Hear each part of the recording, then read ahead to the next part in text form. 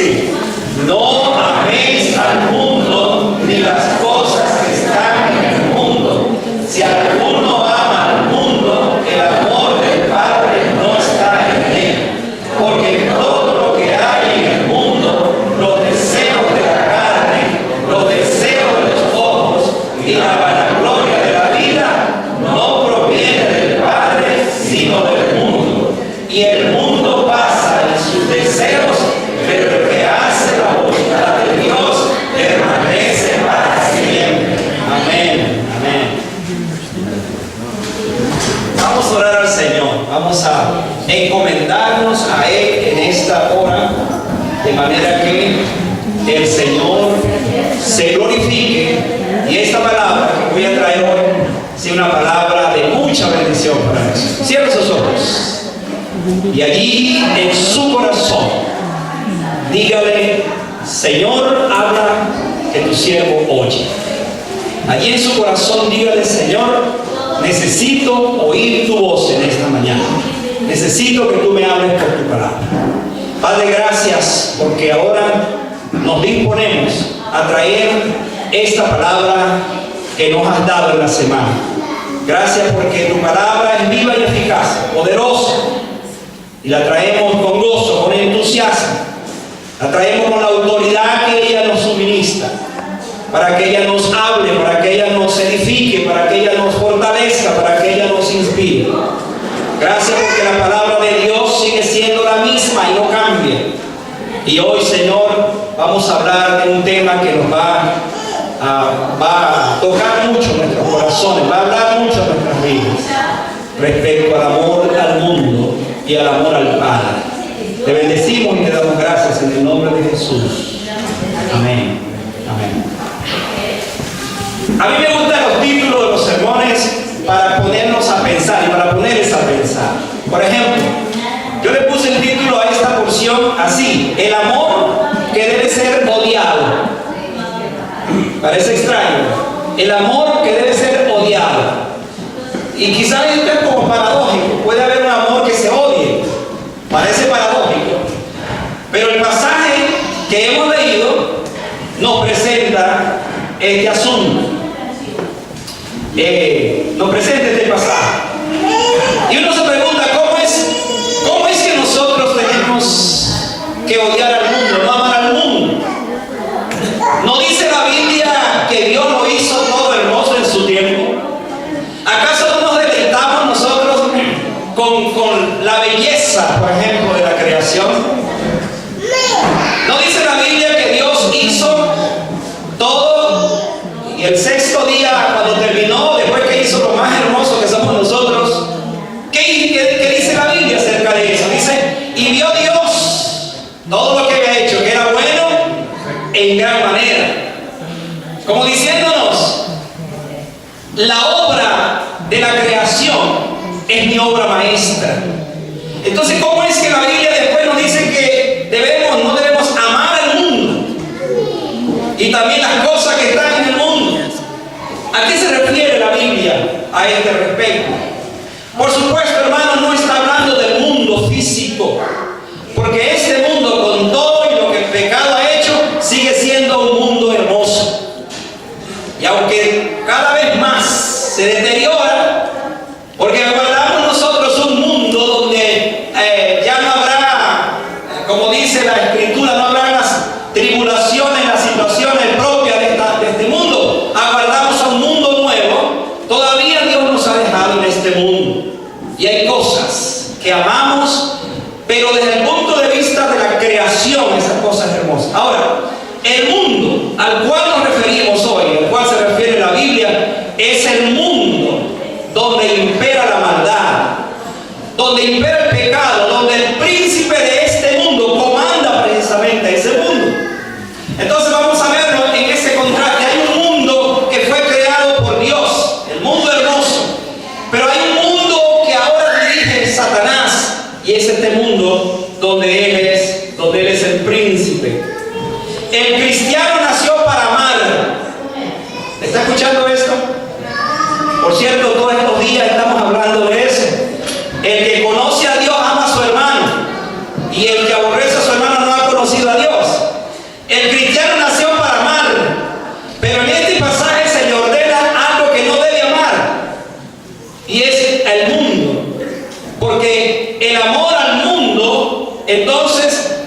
contrarresta o se opone al amor del Padre, al amor del Señor.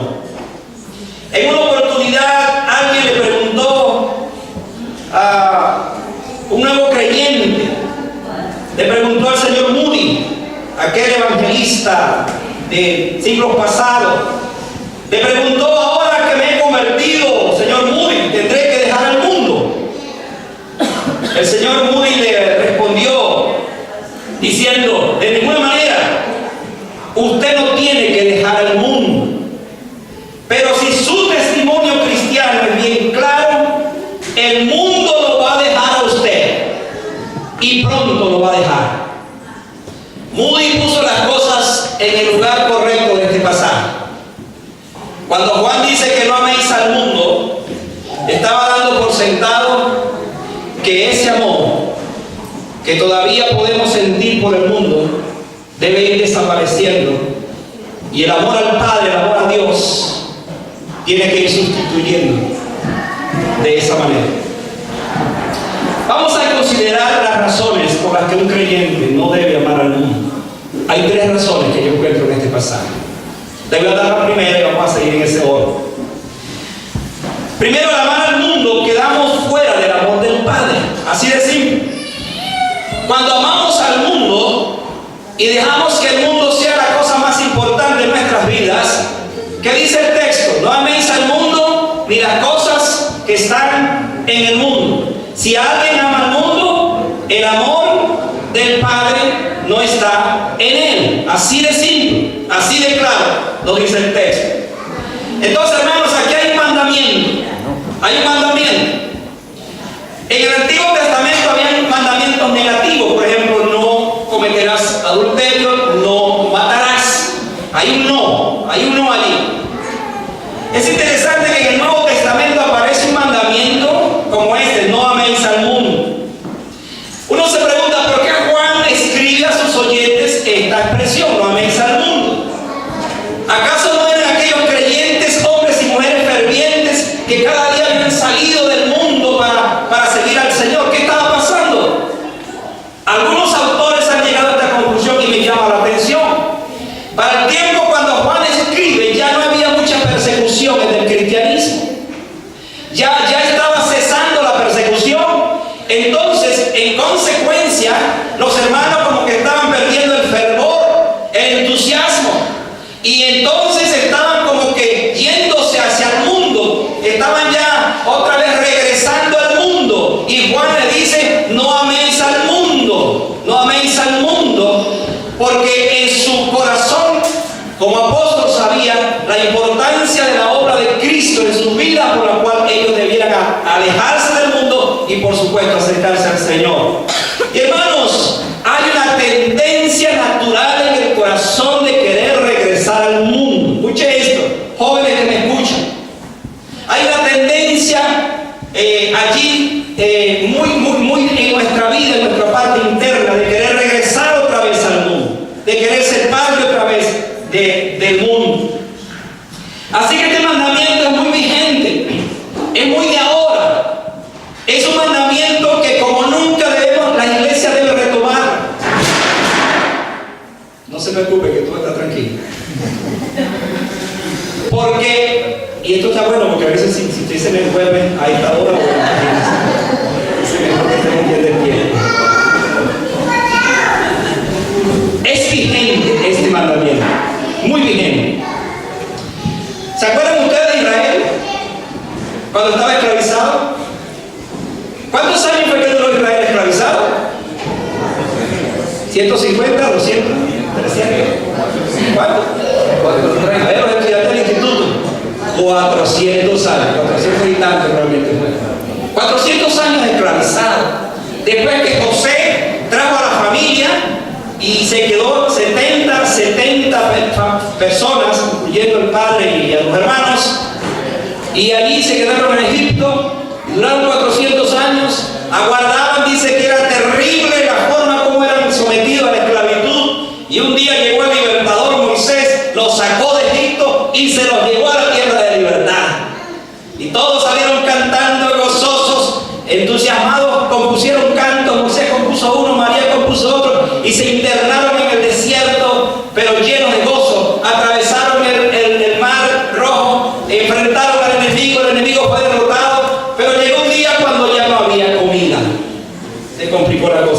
siempre, cuando hace falta la comida, uno se olvida hasta que es evangélico. Se olvida. Y comienza a murmurar, comienza a criticar, y entonces, ¿ahora qué? Y ellos dijeron, ¿por qué no regresamos otra vez a Egipto? Y no nos morimos, y nos vamos a morir de hambre en este desierto. Allá teníamos pescado, teníamos carne, teníamos arepas, teníamos pupusas, teníamos de todo, teníamos cebolla, teníamos puerro, toda comida en abundancia. ¿Por qué no regresar? Y Dios mira ese pueblo ingrato, dice, ¿cómo es posible que ustedes quieran otra vez regresar a la tierra de esclavitud simplemente por una comida? Y les mandó maná y los castigó, porque comían maná en la mañana, maná en la tarde, maná en la noche, hasta que llegaron a la tierra prometida. Comieron maná. Después les mandó codornices. Después se quejaron porque faltaba agua. Dios abrió la fuente de agua.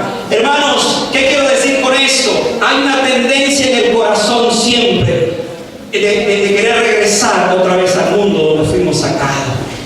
Dios nos ayude a nosotros, los hijos de sus hijos, para que veamos que estas cosas no deben estar en nuestro corazón. Dice el texto, y las cosas que están en el mundo.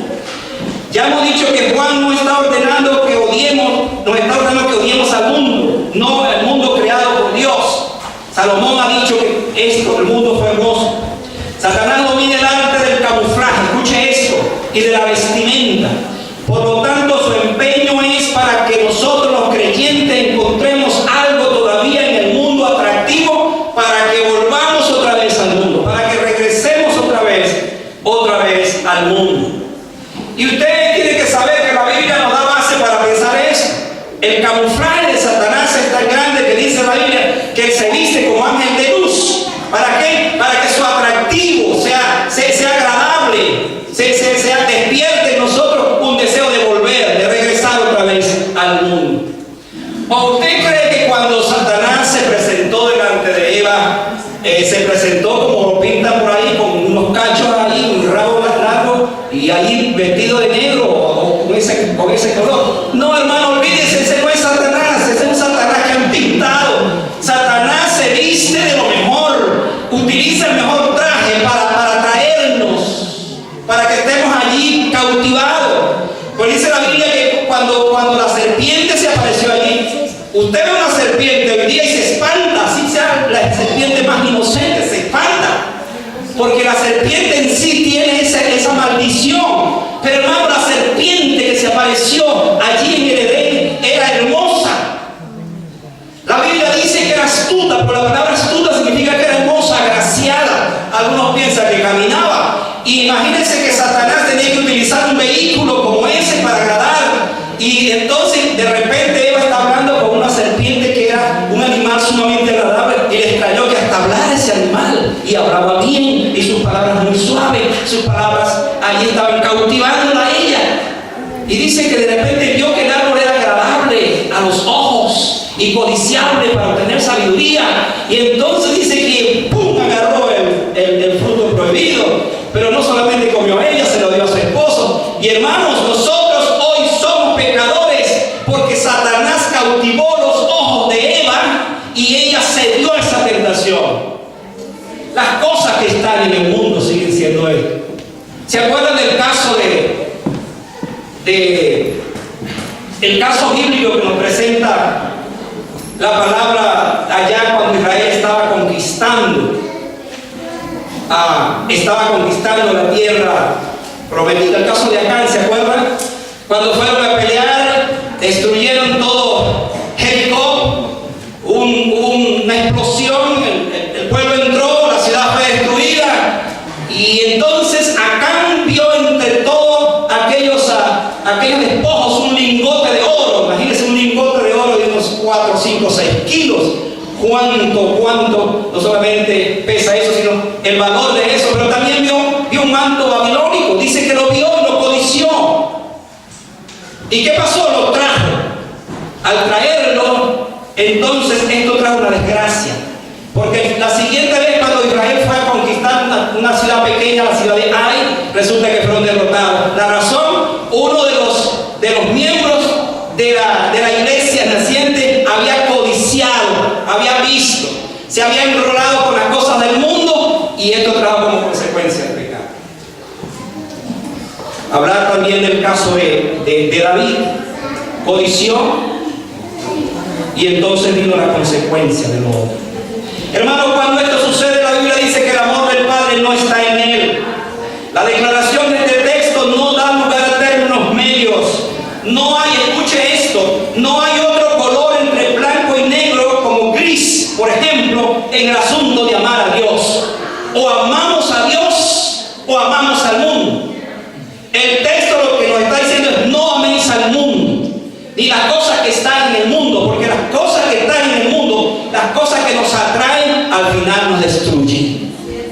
El Señor quiere de nosotros un pueblo santo, un pueblo apartado. No, escuchen esto, no es que nos vamos a alejar del mundo y a meternos como antes la gente se metía en ciertos monasterios y no querían saber. Hay una historia de un hombre que pasó toda su vida que no quería saber del mundo, metido en una casa, y llegaban los familiares y por ahí por la ventana le pasaban la comida porque no quería saber nada del mundo. No es eso, hermano, no es esa la idea. Nosotros estamos en el mundo. Jesús dijo: no os ruego que los quites del mundo, sino que los guarden, que los libren del mal. No podemos salir del mundo, porque nosotros somos la bendición para este mundo. ¿Qué somos para el mundo? Somos la sal y la luz de este mundo. No podemos salir del mundo, pero podemos ser una bendición para el mundo. En este sentido dice que debemos al Padre un amor especial. Una persona en quien no mora el amor del Padre tiene que ser una persona muy desdichada. ¿Cuántos de los que estamos aquí sentimos que el amor del Padre mora en nuestros corazones? Pues, si no es así, esta mañana yo le doy la oportunidad para que usted tenga la seguridad de que el amor del Padre mora en su corazón. Le voy a ofrecer esa oportunidad. Si en mi corazón me he enamorado del mundo y he hecho de él mi gran amor, debo saber que no puedo contar con el amor del Padre. Escuche eso. El texto dice que si nosotros amamos más al mundo y las cosas que están en el mundo, el amor del Padre no está en él. Y hermano, yo estaba pensando esta semana, cuán terrible es para una persona que sienta que el amor del Padre no está en él. Él cree que él ama al Padre, pero en el fondo tiene que saber que el Padre no lo ama porque él está dando su amor al mundo en lugar de dárselo al Señor. Así es que la primera verdad es que el amor al mundo contrarresta con el amor al Padre. Pero un otro pensamiento es que al amar al mundo descubrimos, escuche, nuestros malos deseos.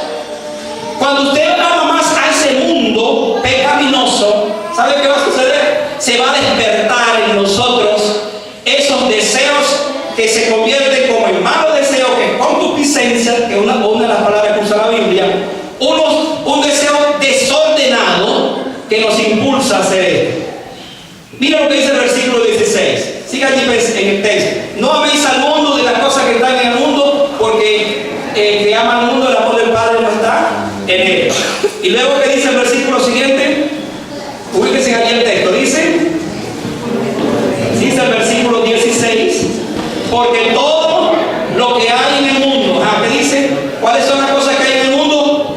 Los deseos de la carne, los deseos de los ojos y la vanagloria de la vida. No, escuchen, no proviene del Padre, sino del mundo. Del mundo proviene todo esto. Entonces hay tres cosas que afirmamos aquí. Número uno, el mundo y los deseos de la carne. Juan reconoce que los creyentes iban a estar expuestos a los deseos de este mundo. ¿Cuáles son esos deseos? Hermanos, es el deseo de sobresalir por encima de los demás, por ejemplo. Hay deseos naturales. Vamos a recordar un poco eso. Cuando usted fue estudiante, ¿no es verdad que como quiera que sea, había en su corazón el deseo de ser un buen estudiante? Si usted quiso ser un buen estudiante, implícitamente estaba el deseo de querer ser sobre los demás. De repente hasta se jactaba y le mostraba: mira mis notas. Si sacaba A+, por ejemplo, en mi país es 20 puntos era lo máximo. Si alguien sacaba 20 puntos era un genio. Y yo me acuerdo que tenía varios genios que llegaban y acabullaban a uno, sería 20 puntos. Y uno que sacaba solamente apenas 15, 16, a veces un 18, pero nunca un 20, se sentía mal. Porque el fulano ese todo el tiempo venía y restregaba eso. Mira. Entonces ese deseo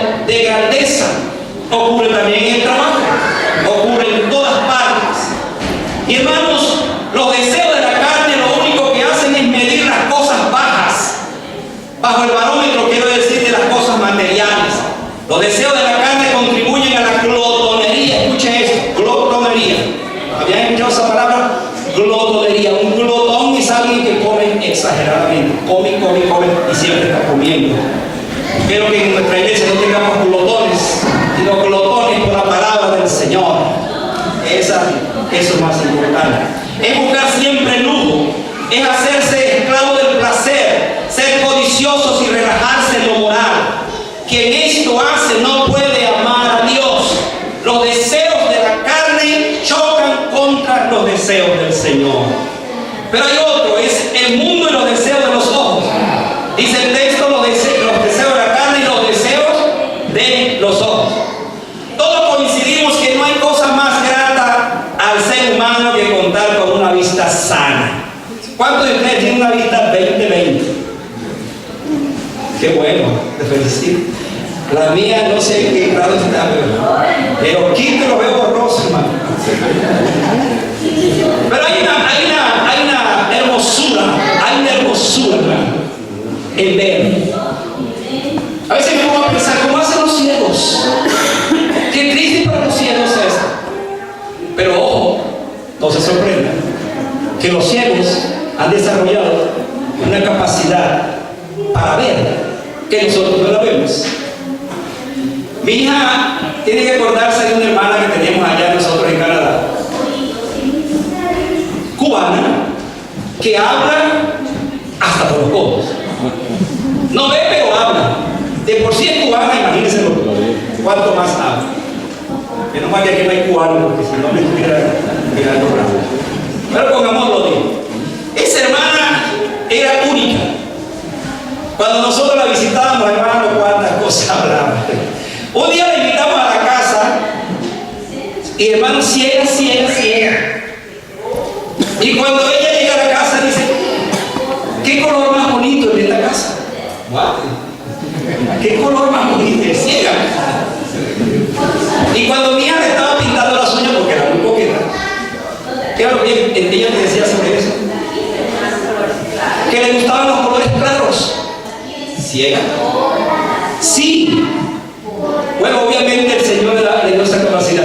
Me acuerdo en mi país, había un hermano, no sé si murió, que era ciego, que por cierto era diácono de la iglesia, que por cierto los estudiantes le decían, sus alumnos le decían a su pastor, no nos cambien al hermano tal, es ciego, y daba la clase. Una vez le invité a la iglesia a predicar, allí en Caracas. Yo le quería dar una sorpresa a los hermanos. Y entonces, bueno, hermano, esta noche tenemos un predicador. Algunos se sorprendían que al predicador lo están trayendo, y esto ya viendo así.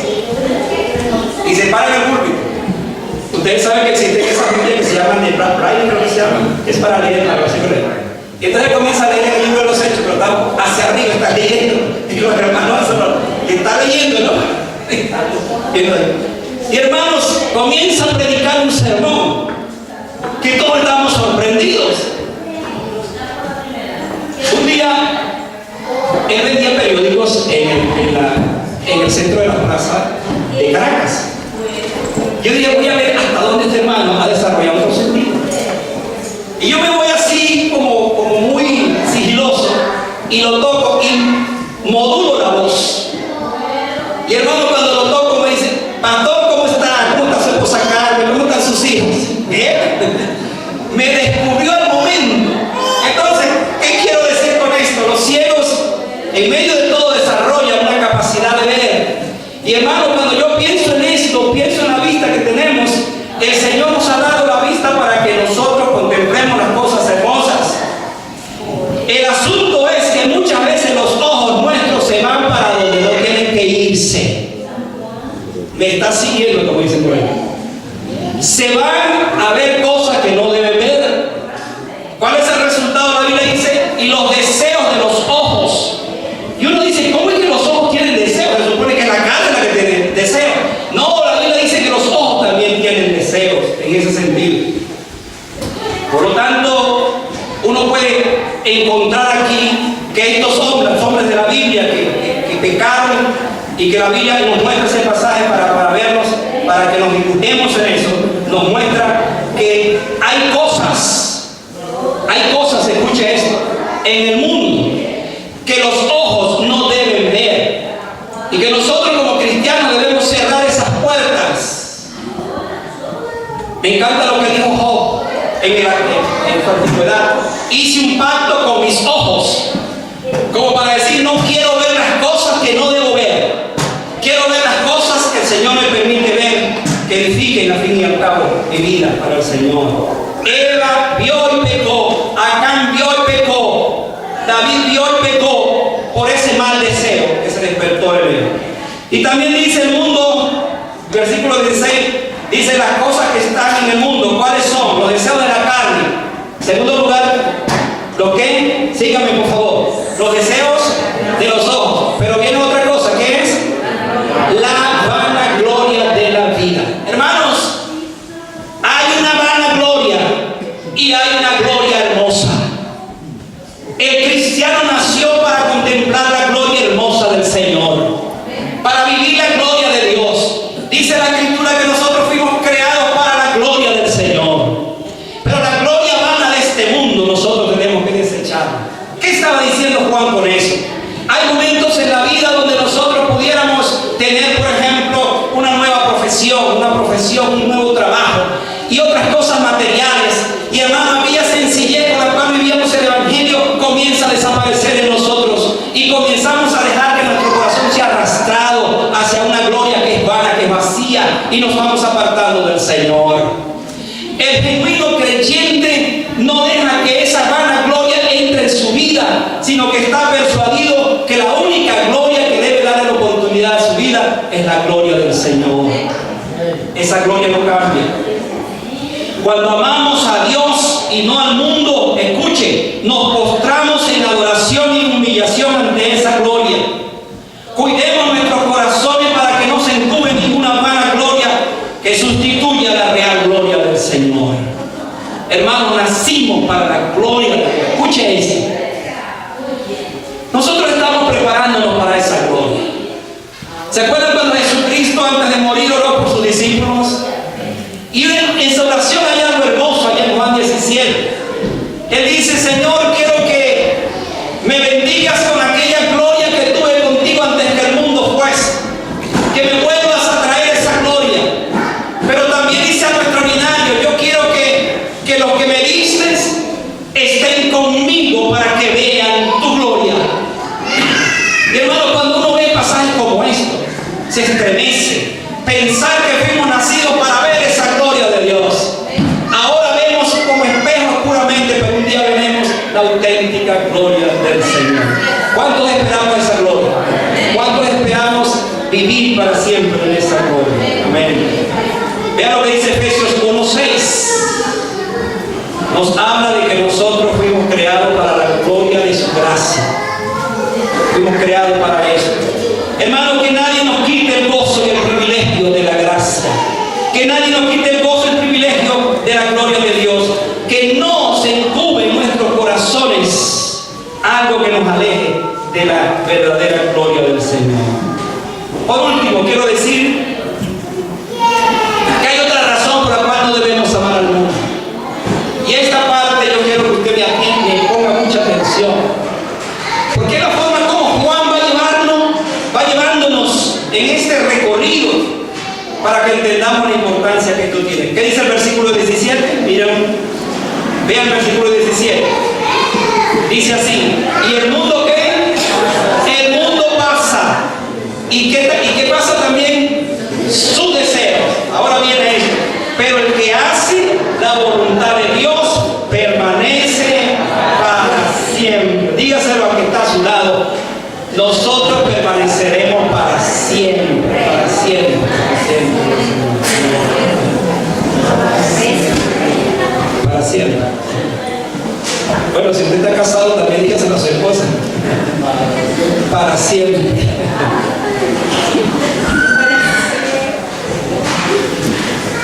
A propósito, para los casados, hay una sola parte en la Biblia. Hay una sola separación permitida en la Biblia. ¿Se la digo? Las digo. Dice que se separen para dedicarse sosegadamente a la oración. Y después vuelvan otra vez a unirse para que Satanás no los tiene. Es la única cosa permitida en la separación. Pero en fin, volvamos a eso. Dice que debemos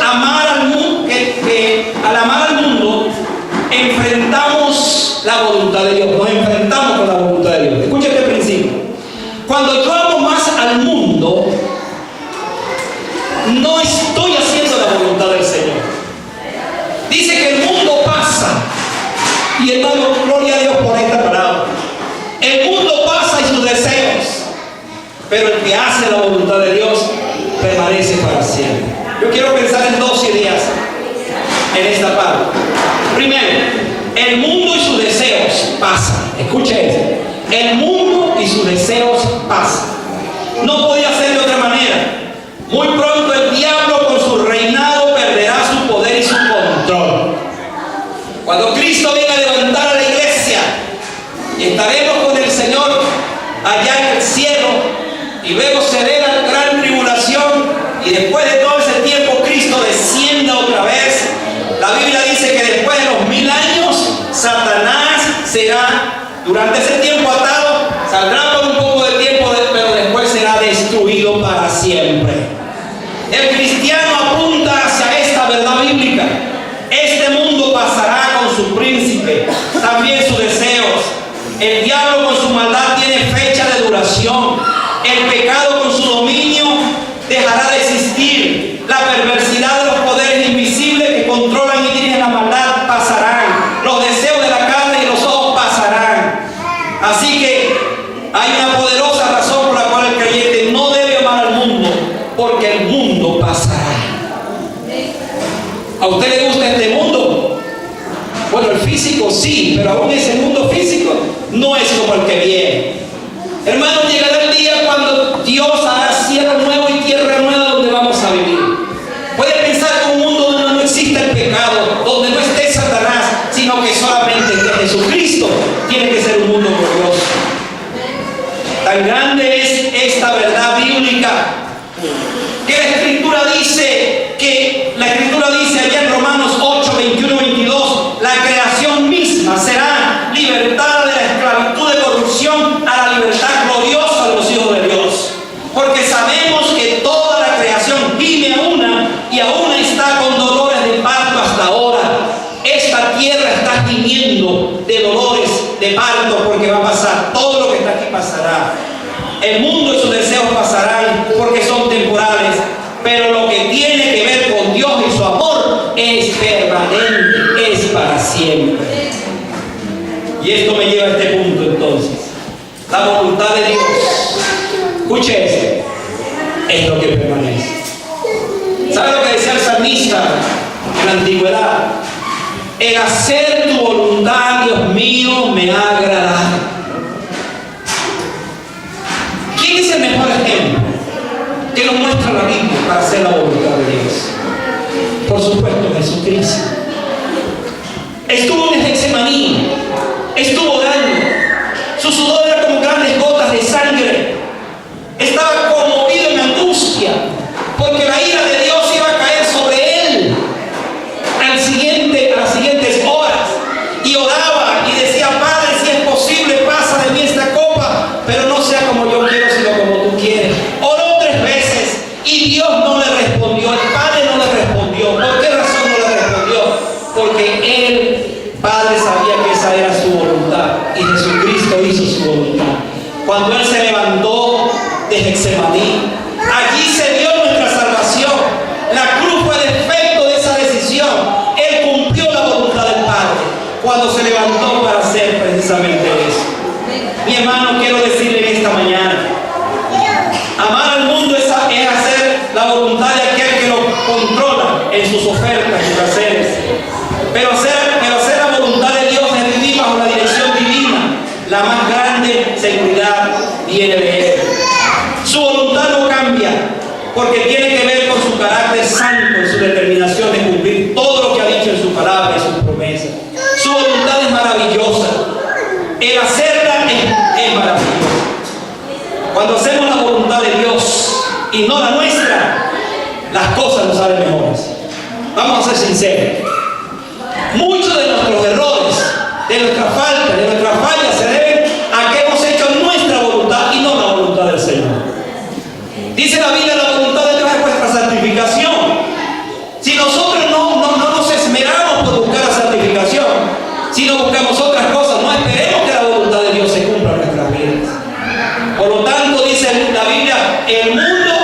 y sus deseos pasarán, pero el que hace la voluntad de Dios permanece para siempre. Tengo que darle otra connotación a mi vida que no sea basado en lo temporal, sino en lo eterno. Hermanos, si yo sé que voy a permanecer con el Señor para siempre, ¿para qué apegarme tanto al mundo, hermano? No nos apeguemos tanto al mundo y a sus placeres y a sus deseos, porque todo esto pasará. Si yo le hago esta pregunta en esta mañana, ¿qué prefiere usted?